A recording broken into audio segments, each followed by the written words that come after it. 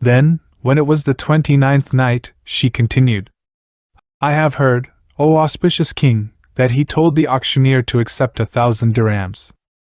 He went on. When the auctioneer heard that, he realized that something was not right, and he went to the market superintendent and gave him the necklace. He, in turn, went to the wali and said, This necklace was stolen from my house and we have found the thief dressed as a merchant. Before I knew what was happening, I was surrounded by guards, who seized me and brought me to the wali. He asked me about the necklace, and I told him the story that I had told the auctioneer.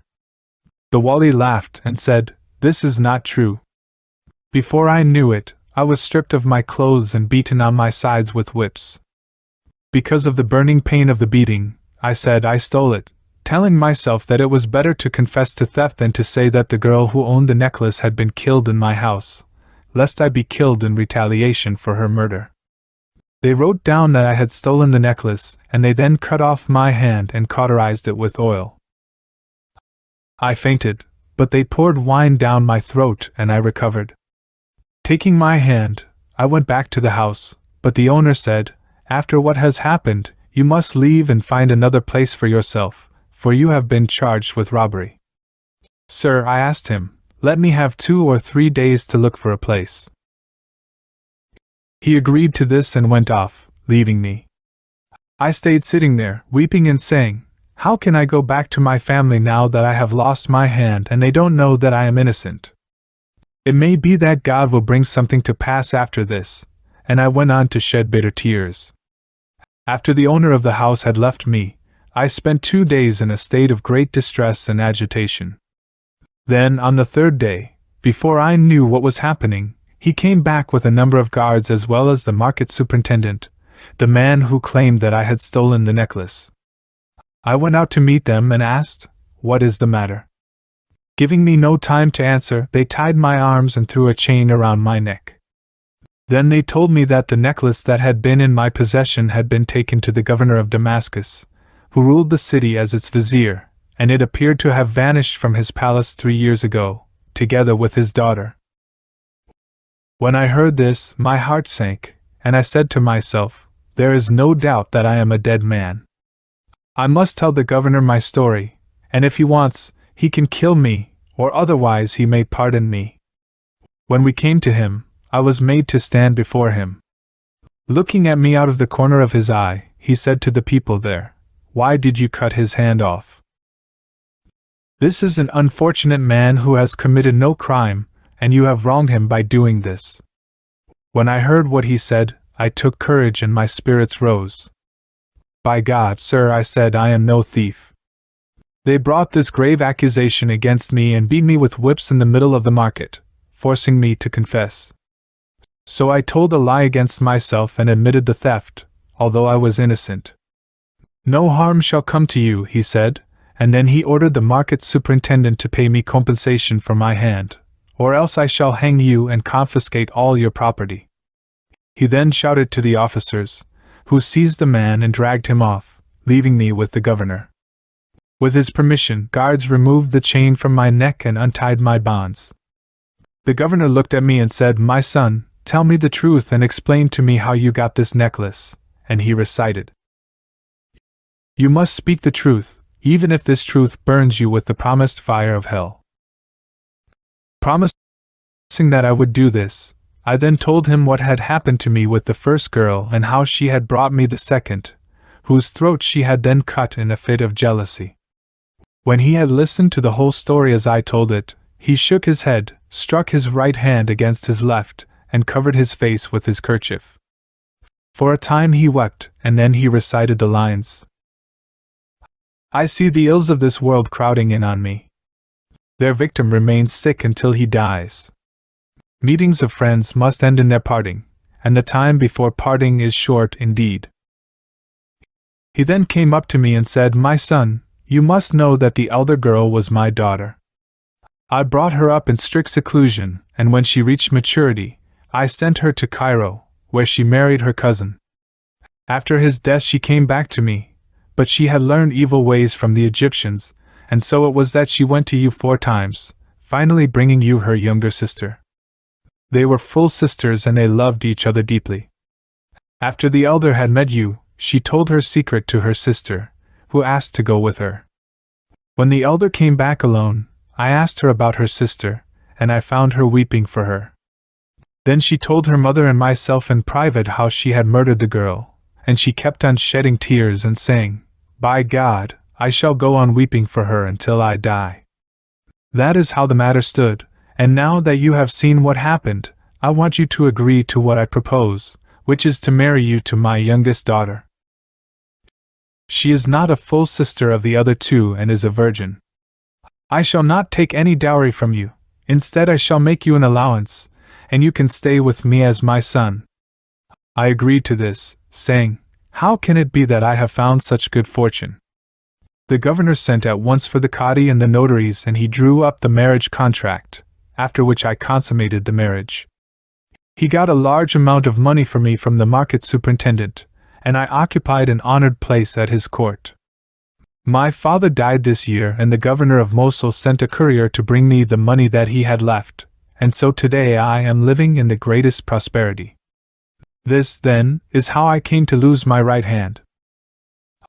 I was astonished at this story, and I stayed with him for 3 days, after which he gave me a large sum of money. When I left him, I traveled to this city of yours, where I have enjoyed a good life, until I had this adventure with the hunchback. This is no more wonderful than the tale of the hunchback, said the king of China, and I must hang you, except that there is still the tailor who was responsible for the whole thing. He then told the tailor that if he produced a tale more remarkable than that of the hunchback he would pardon their crimes. At that the tailor came forward, and he said, "Know, king of the age, that my most remarkable experience happened yesterday. At the beginning of the day, before I met the hunchback, I was at a banquet given by one of my friends, at which about 20 guests had been collected from among the citizens of this place, craftsmen such as tailors and carpenters, together with silk merchants and others. At sunrise, food was set out for us to eat, and in came our host with a handsome young man, a stranger from Baghdad. He was wearing the finest of clothes and was remarkably good-looking, but he was lame. We stood up for him as he came in and greeted us, and he was about to take his seat when he caught sight of a barber who was with us. On seeing the man, he refused to sit down and attempted to leave. We tried to restrain him, and the host held on to him, swearing that he should not go, and asking, "Why do you come in and then go out?" "By God, sir," replied the young man, "don't try to stop me. I am going because of this ill-omened barber who is sitting there." The host was astonished to hear this, and said, "How is it that this young man comes from Baghdad, and yet is so upset by this barber?" We looked at him, and said, "Tell us why it is that you are angry with him." The young man then addressed us and said, "I had an encounter with this man in Baghdad, my native city, and it is he who is responsible for my lameness and for the breaking of my leg. I swore that I would never associate with him in any place or in any town in which he was living. I then left Baghdad and traveled away from it until I settled here, but this very night I shall set out again on my travels." We pressed him to tell us his story, and the barber turned pale as the young man started to speak. "You should know," the young man explained to us, "that my father was one of the leading merchants of Baghdad and I was his only son." He went on, "When I had grown up and reached man's estate, my father died, moving from this world to the mercy of Almighty God. He bequeathed me money, eunuchs and servants, and I began to dress and to eat well. God had endowed me with a hatred of women, and so one day, when I was in one of the lanes of Baghdad and a group of women approached from the opposite direction, I ran off and went into a cul-de-sac, at the end of which I sat down on a stone bench. Before I had been there for long, a window opened in the house opposite me, and from it a girl like the full moon looked out, whose equal I had never seen in all my life. She was watering plants on her windowsill, and, after looking right and left, she shut the window and disappeared from view. Fire was kindled in my heart, and my mind was consumed by her, my hatred for women turning to love. I went on sitting there in a trance until sunset, when the Qadi of Baghdad rode up, with his black slaves before him and his eunuchs behind. On dismounting, he went into the house from which the girl had gazed, and I realized that this must be her father. I went back sorrowfully to my own house and fell on my bed, full of care. My servant girls came in and sat around me, but they could not understand what was wrong with me, and, as I said nothing to them, they wept over me and grieved. Then in came an old woman who, when she saw me, realized at once what the matter must be. She sat down by my head and spoke gently to me, saying, "My son, tell me about it, and I shall see to it that you are united with her." I told her my story, and she said, "My son, this is the daughter of the Qadi of Baghdad, and she is kept in seclusion. The window where you saw her is on her floor of the building, while her father lives in a great hall beneath it.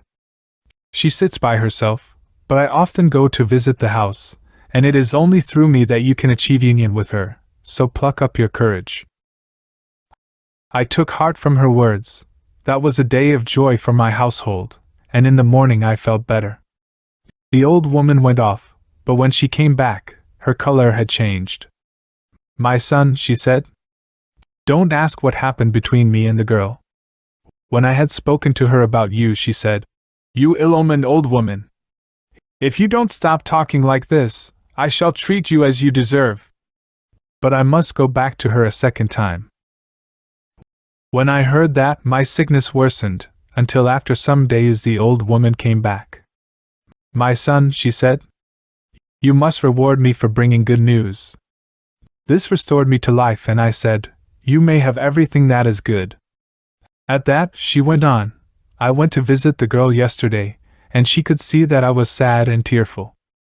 'And,' she asked, 'why do you look so unhappy?'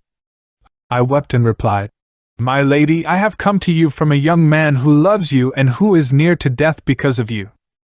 Her heart softened at this, and she asked, 'Where does he come from, this young man whom you have mentioned?' 'He is like a son to me and the fruit of my heart. Some days ago, he saw you in the window when you were watering your plants, and after looking at your face, he fell deeply in love with you. The first time that I told him what you had said to me, his love sickness grew worse, he kept to his bed, and there can be no doubt that he is going to die." She turned pale. "Is all this because of me?" she asked. "Yes, by God," I said. "So what should I do?" She said, "Go to him, greet him from me, and let him know that my love is twice as great as his. Then tell him to come to the house on Friday before prayers. When he gets here, I shall go down and open the door and bring him up to my room. He and I can be together for a time, and he can leave before my father gets back from prayers." When I heard what the old woman had to say, the pain that I was feeling left me and my spirits recovered. I gave her the clothes that I was wearing, and she went off, telling me to be of good heart. "I have no pain left at all," I replied, and my household and my friends were delighted by my recovery. I stayed like that until Friday, when the old woman came in and asked me how I was. I told her that I was in good health, and then I put on my clothes, perfumed myself, and stayed waiting for the people to go to the mosque for prayers, so that I could then visit the girl. The old woman said, "You have plenty of time, so why not go to the baths and have your hair cut, especially after your serious illness? That would restore you." "A good idea," I said, "but I shall have my head shaved first, and after that I will go to the baths." I then sent for a barber to shave my head, and I told my servant to fetch me an intelligent man, who would not be inquisitive, and would not give me a headache with his constant chatter. My servant went off, and the barber whom he fetched was this calamitous old man. He greeted me when he came in, and I returned the greeting. "I see that you are very thin," he said. "I have been ill," I replied. "May God remove all your cares, your sorrows, your distress, and your griefs," he said. "May He accept your prayer," I said. "Be of good cheer," he went on, "for good health has come to you. Do you want your hair to be trimmed, or do you want to be bled? It is reported on the authority of Ibn Abbas, may God be pleased with him, that the Prophet said, 'Whoever has his hair cut on a Friday is kept free of 70 diseases. It is also recorded of him that he said, Whoever is cupped on a Friday is preserved from loss of sight and from many diseases. Stop talking, I told him, and start shaving my head immediately, for I have been sick.